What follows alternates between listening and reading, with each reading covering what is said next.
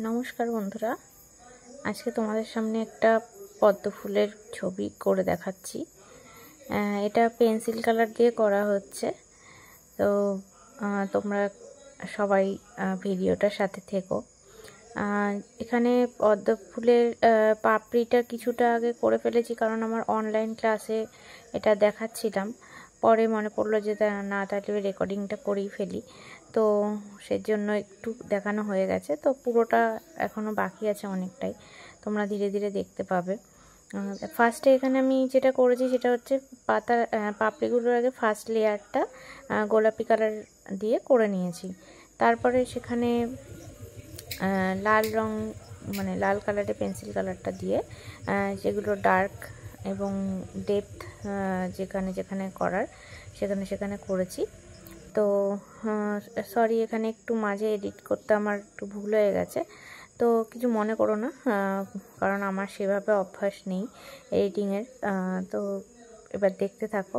তাই এখানে দেখতে পাচ্ছ আমি প্রথমে লেয়ারগুলো করে নিয়েছি, মানে ফার্স্ট লেয়ারটা একটা একটা করে পাপড়ি করেছি, আর তারপরে তার ডার্ক অ্যান্ড লাইট শ্যাডোটা ফেলেছি।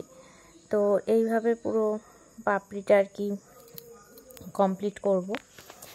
আমি মূলত সব রকম মিডিয়ামেই কাজ করে থাকি, তো এটা আজকে পেন্সিল কালার স্টুডেন্টদের দেখাচ্ছিলাম, তো সেই জন্য পেন্সিল কালারেরই এটা ভিডিও যাচ্ছে। তোমরা যদি অন্য কালারের, মানে অন্য মিডিয়ামের ছবি দেখতে চাও তো কমেন্ট বক্সে কমেন্ট করতে পারো, ভালো লাগলে অবশ্যই মানে করব।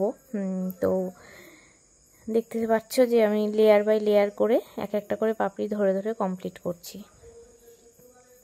আশা করি তোমাদের ভালো লাগবে। আর যদি অনলাইন ক্লাস করার জন্য কেউ ইচ্ছুক থাকো, সেও আমার সাথে কন্ট্যাক্ট করতে পারো। তো আমি অনলাইন ক্লাস করাই এবং সব রকম মিডিয়ামই সেখানে শেখানো হয় বা শেখানো হবে, এবং পোর্ট্রেটও ক্লাস করানো হয়। বিশেষত পোর্ট্রেটটাই আমার মূল বিষয়, কিন্তু এখানে তো বাচ্চাদের ক্লাস করাতে গেলে শুধু পোর্ট্রেট শেখালে হবে না, তো পোর্ট্রেটের সাথে নানান রকম জিনিসই তাদেরকে শেখাতে হবে। আর যদি কেউ মনে করে না আমি স্পেশালি পোর্ট্রেট ক্লাস করতে চাই, সেটাও সম্ভব। তো সেটার জন্য আমার সাথে মানে কমেন্ট বক্সে যোগাযোগ করো, অবশ্যই আমি চেষ্টা করব তোমাদের সাথে কন্ট্যাক্ট করে নেওয়ার, ঠিক আছে? তো এবার দেখতে পাচ্ছ যে ফার্স্ট লেয়ারটার, মানে পেন্সিল কালার মূলত লেয়ার বাই লেয়ারেই কাজ হয়।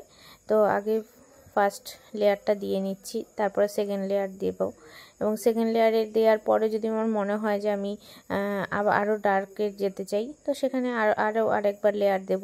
এইভাবে লেয়ার বাই লেয়ারেই কাজটা করা হয়। তো আশা করছি সবার ভালো লাগবে, তোমরা কাজটা দেখতে থাকো কমপ্লিট।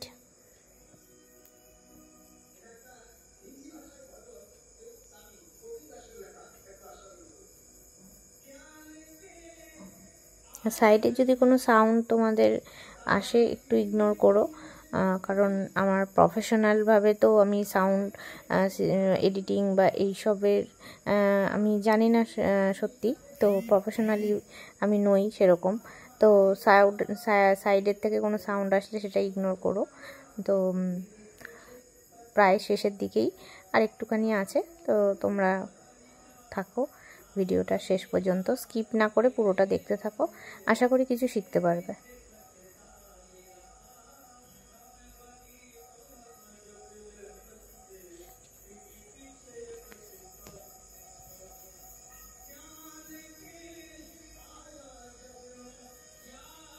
যেখানে যেখানে আমার মনে হচ্ছে আর একটু ডেপথ দেওয়া দরকার, সেখানে আমি আর একটু ডার্ক করে দিচ্ছি। দেখতেই পাচ্ছ ছোটো ছোটো কিছু কাজ ডিটেলিং বাকি, সেগুলোও করছি। এই যে পুরো ফুল কমপ্লিট ছবিটা, আশা করি তোমাদের ভালো লাগবে।